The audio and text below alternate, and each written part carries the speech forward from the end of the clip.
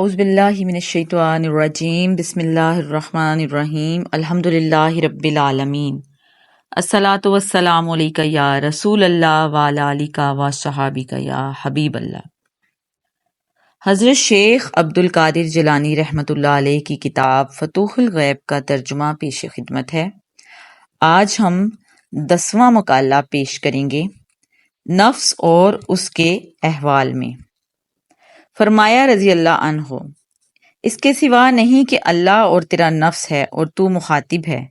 اور نفس اللہ کا دشمن اور مخالف ہے، اور سب چیزیں اللہ کی فرما بردار ہیں، اور نفس حقیقتاً اللہ کی مخلوق اور ملک ضرور ہے، لیکن نفس کے لیے شہوت اور لذات اور جھوٹا ادعا اور آرزو بڑا گھمنڈ ہے، کیونکہ یہ چیزیں اس کی مناسب تبع ہیں۔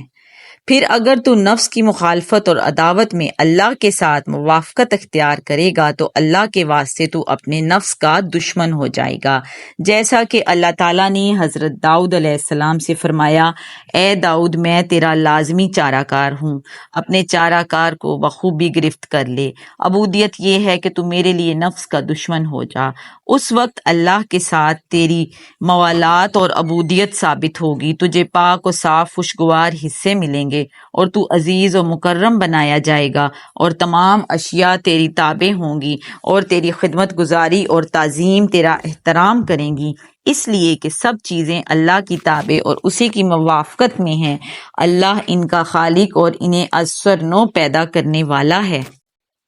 اور سب چیزیں اس کی وحدانیت اور عبودیت کی مقر ہیں۔ اللہ تعالیٰ نے فرمایا ہے، ہر چیز حمد کے ساتھ اللہ کی تسبیح کرتی ہے، لیکن تم ان کی تسبیح کو نہیں سمجھتے ہو، یعنی وہ ذکر اور عبادات کرتی ہیں۔ اور اللہ تعالیٰ نے فرمایا، اللہ نے آسمانوں اور زمین سے کہا کہ میری فرما برداری میں توأن و کرہن، خوشی یا زبردستی کے ساتھ آؤ، تو وہ کہنے لگے کہ ہم فرما بردارانہ آئے، بس پوری عبودیت اپنے نفس اور خواہش کی مخالفت میں ہے۔ قرآن شریف میں ہے کہ اللہ تعالیٰ نے حضرت داؤد علیہ السلام سے فرمایا، اتباع ہوا نہ کر، یہ خواہش کی پیروی تجھے اللہ کے راستے سے گمراہ کر دے گی۔ اور حدیث قدسی میں ہے کہ حضرت داؤد علیہ السلام سے فرمایا گیا کہ اپنی خواہش کو چھوڑ دے، کیونکہ میرے ملک کی نفس کی خواہش کے سوا کوئی جھگڑنے والا نہیں۔ اور ایک حکایت مشہور ہے، حضرت بایزید بسطامی سے ہے کہ جب انہوں نے خواب میں رب العزت کو دیکھا تو کہا، یا اللہ، تیری طرف پہنچنے کا رستہ کیا ہے؟ تو اللہ تعالیٰ نے فرمایا، اپنے نفس کو چھوڑ دے اور آ جا۔ حضرت بایزید بسطامی رحمۃ اللہ علیہ فرماتے ہیں کہ میں نے سانپ کی کینچلی کی طرح اپنے نفس کو چھوڑ دیا۔ خلاصہ یہ ہے کہ ہر حال میں بہتری ہے اپنے نفس کے ساتھ دشمنی رکھنے میں۔ بس اگر تو بےریزگار ہے تو اسی طرح تو بھی اپنے نفس کا مخالف ہو جا، اور مخلوق کے مال حرام اور مشتبہ سے، اور لوگوں کے احسان اور ان پر ٹیک لگانے اور بھروسہ رکھنے سے، اور ان سے ڈرنے اور امید رکھنے، اور تھوڑا مال دنیا جو لوگوں کے پاس ہے اس کا لالچ رکھنے سے تو نکل جائے، اور بطریق ہدیہ یا زکوٰۃ یا صدقہ یا کفارہ یا نذر دینے کی اہل دنیا سے مطلق امید نہ رکھ، اور اپنے ارادے کو ہر طرح مخلوق کے اسباب سے منقطع کر لے، یہاں تک کہ اگر تیرا کوئی عزیز مالدار ہے جس سے تجھے ترکہ ملنے کی امید ہے تو اس کی موت کی آرزو نہ کر، کوشش کر کے مخلوق سے کنارہ کش ہو جا، اور ان کو ایسے دروازوں کی طرف جو کھلتے اور بند ہوتے ہیں، اور درخت کی طرح جو کبھی پھلتا ہے اور کبھی نہیں پھلتا، سمجھ لے کہ یہ سب امور فاعل کے فعل اور مدبر کی تدبیر سے ہوتے ہیں، اور وہ فاعل و مدبر اللہ ہے۔ اور بائیں ہمہ مخلوق کے کسب کو بھول نہ جانا، تاکہ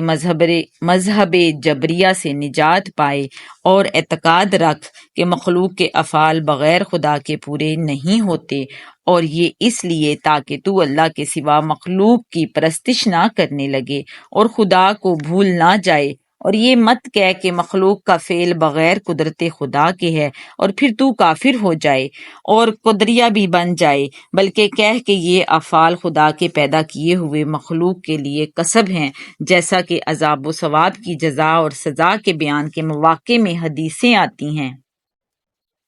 اور بندوں کے معاملے میں صرف خدا کا حکم بجا لا اور اپنے حصے کو امر الہی مخلوق سے جدا کر لے، حکم خدا سے تجاوز نہ کر، کیونکہ اللہ کا حکم قائم ہے تجھ پر اور تمام مخلوق پر، وہی حکم کرتا ہے، کسی امر میں خود حاکم نہ بن بیٹھ، اور مخلوق کے ساتھ تیرا ہونا یہ مقدر ہے اور مقدر تاریکی میں ہے، پس ظلمت میں چراغ کے ساتھ داخل ہو، وہ چراغ کتاب اللہ اور سنت رسول صلی اللہ علیہ وسلم ہے، اور یہی کتاب و سنت حاکم ہے، ان دونوں کے حکم سے باہر نہ جا، اگر تیرے دل میں کوئی خطرہ گزرے یا الہام پایا جاوے تو اس کو قرآن و حدیث سے ملا، اگر قرآن و حدیث میں اس کی حرمت پائے، جیسے وسوسہ زنا، سود اور فاسق و فاجر کے ساتھ میل جوڑ اور دوسرے گناہ ہیں، بس ایسی باتوں کو اپنے دل سے دور کر اور ان سے الگ رہ، ان کو قبول نہ کر، ان پر عمل نہ کر، اور یقین کر کہ ایسے وسوسے شیطان کی جانب سے ہیں،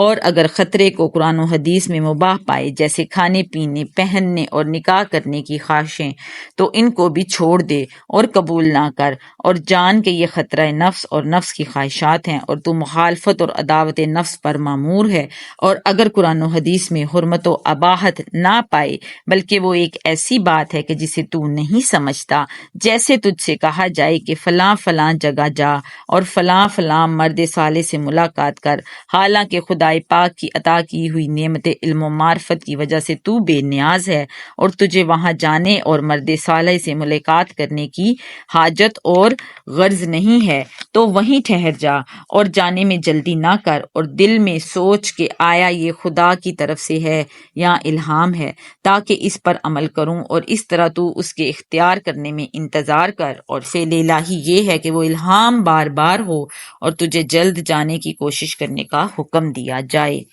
یا ایسی نشانی ہو جو عالم باللہ لوگوں پر ظاہر ہوتی ہے، اور اسے ذی فہم اولیاء اللہ اور ابدال جنہیں قوت و ادراک عطا فرمائے گئے ہیں معلوم کرتے ہیں، بس اس میں جلدی نہ کر، اس لیے کہ تو انجام کار اور منشائے الہی اور اس کی بات کو نہیں جانتا کہ کس میں فتنہ اور ہلاکی اور مکر و امتحان اللہ کی طرف سے ہے، پس اس وقت تک صبر کر کہ اللہ تعالیٰ تجھ میں فائل ہو جائے، اور جب خاص فعل حق باقی رہ گیا اور اس مقام میں تیری باریابی ہو گئی،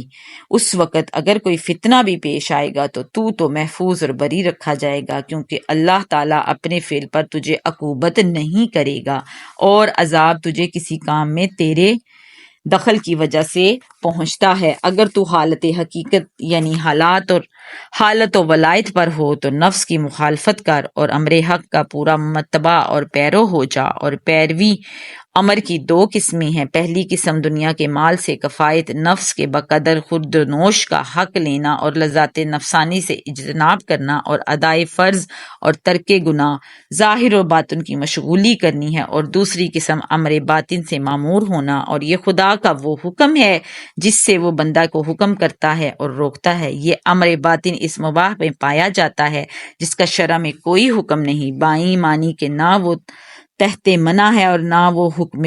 وجوب میں ہے، بلکہ وہ محمل ہے اور اس میں بندہ کو اختیار دیا گیا ہے، خواہ وہ تصرف کرے یا نہ کرے، بس اسی کا نام مباح ہے، بندہ اس میں اپنی طرف سے کچھ پیدا نہ کرے بلکہ انتظار حکم کرے، جب حکم پائے تب اسے بجا لائے، اور پھر اس وقت بندے کے تمام حرکات و سکنات اللہ سے ہوں گے، جس کا حکم شریعت میں ہے اس کو شرع سے، اور شرع میں جس کا حکم نہ ہو اس کو امر باطن سے بندہ بجا لائے گا، پھر اس وقت بندہ کامل اہل حقیقت سے ہو جائے گا، اور جس معاملے میں کہ امر باطن نہیں وہ مجرد فعل الہی تقدیر محض اور حالت تسلیم ہے، اور اگر تو حق الحق کی حالت میں ہے جو مٹ جانے اور فنا ہو جانے کی حالت ہے، اور یہ حالت ابدال کی ہے جن کے دل خدا کے لیے شکستہ ہیں اور وہ موحد ہیں، عارفین، صاحب علم و عقل اور عمرہ کے سردار اور خلق کے کوتوال اور نگہبان اور نائبان خدا اور خواصگان اور محبان الہی علیہم السلام ہیں،